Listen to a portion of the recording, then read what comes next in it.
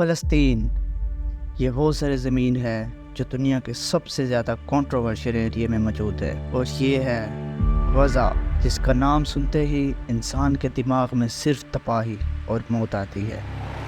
غزہ یہ وہ جگہ ہے جہاں لوگ رات کو اپنے گھروں میں سوتے ہیں تو صبح وہ اسی گھر کے ملبے کے نیچے دفن ہو جاتے ہیں۔ یہ وہ جگہ ہے جہاں بچے اپنے گھروں سے کھیلنے کے لیے نکلتے ہیں تو واپس نہیں آتے۔ اب ویسے تو یہ کانفلکٹ آج کا نہیں ہے، بلکہ کئی ہزار سالوں سے چلتا آ رہا ہے۔ پھر بعد میں برطانیہ میں ہٹلر آیا اور اس نے جیوز پر اتنا ظلم کیا کہ انہوں نے وہاں سے مائیگریٹ کرنا شروع کر دیا، اور پھر 1881 سے 1903 یہ وہ دور ہے جب جیوز فلسطین اور اس کے ارد گرد کے علاقوں میں آباد ہونا شروع ہو گئے، اور انہوں نے وہاں کی زمین پر قبضہ کرنا شروع کر دیا۔ جیوز کے اس طرح قبضہ کرنے کے بعد فلسطینیوں نے اس پر آواز اٹھائی تو 29 نومبر 1947 یہ وہ دن تھا جس دن UN پارٹیشن پلان پرپوز کیا گیا۔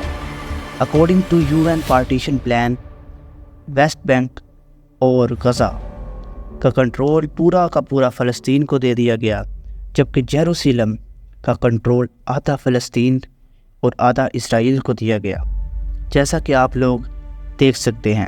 اب UN کے اس غلط پارٹیشن کی وجہ سے عربوں نے اس کے خلاف احتجاج کیا اور اسے ماننے سے انکار کر دیا، اور پھر 1949 یہ وہ سال تھا جب پہلی عرب اسرائیلی جنگ ہوئی اور اسرائیل جیت بھی گیا۔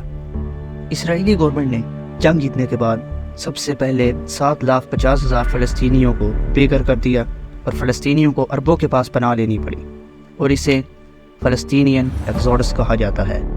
اس کے بعد فلسطین کی ایک آرگنائزیشن عمل میں آتی ہے جسے PLO یعنی فلسطین لائبریشن آرگنائزیشن کہتے ہیں۔ اس آرگنائزیشن کی فاؤنڈیشن کے بعد USA اور اسرائیل نے اس آرگنائزیشن کو ٹیررسٹ آرگنائزیشن ڈکلیئر کر دیا، لیکن پھر 1947 یہ وہ دور ہے جس میں UN نے آفیشیلی PLO کو فلسطین کا ریپریزنٹیٹیو ڈکلیئر کر دیا، جسے وہ فلسطین کے لوگوں کو ریپریزنٹ کر سکتے ہیں۔ اس تنظیم کا مقصد فلسطین کو ڈیفینڈ کرنا اور اسے بہتری کی طرف لے کر جانا تھا۔ اب بات کر لیتے ہیں یروشلم کی۔ اب جو اس کانفلکٹ کا سب سے مین ریزن ہے وہ ہے یروشلم، جو جیوز، مسلم اور کرسچینز تینوں کے لیے بہت ہی اہم ہے۔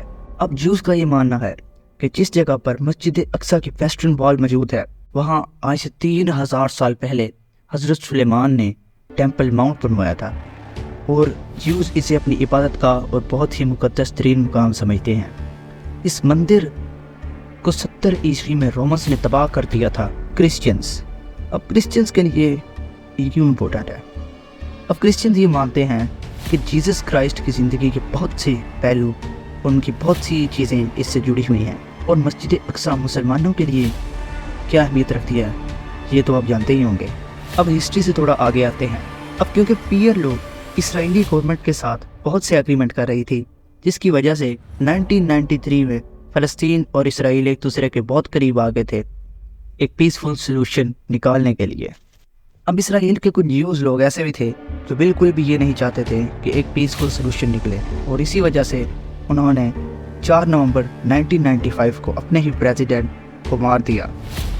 اب کچھ ایسے فلسطینی لوگ بھی تھے جو بالکل بھی یہ نہیں چاہتے تھے کہ اسرائیل کا کوئی بھی وجود رہے، اور وہ اسرائیل کو مکمل تباہ و برباد کرنا چاہتے تھے، اور اسی طرح انہوں نے 1987 کو ایک نئی آرگنائزیشن بنائی جسے حماس کہتے ہیں، جو کہ 2007 سے غزہ پر رول کر رہی ہے۔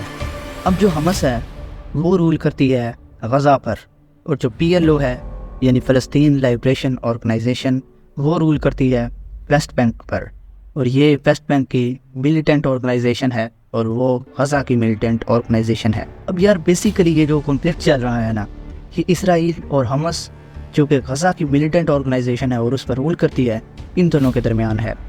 جو ویسٹ بینک کے PLO ہے اس کا اس سے کوئی لینا دینا نہیں ہے، لیکن وہ ان کو سپورٹ ضرور کرتے ہیں۔ اب ان دونوں کے بارے میں آپ کا کیا خیال ہے وہ ہمیں آپ کمنٹ میں بتائیں، اور غزہ کے اوپر ہم اگلی ویڈیو میں بات کریں گے، کیونکہ اس ٹاپک پر ہم جتنی بات کریں وہ کم ہے۔ تو تب تک کے لیے اپنا خیال رکھیں۔ اللہ حافظ۔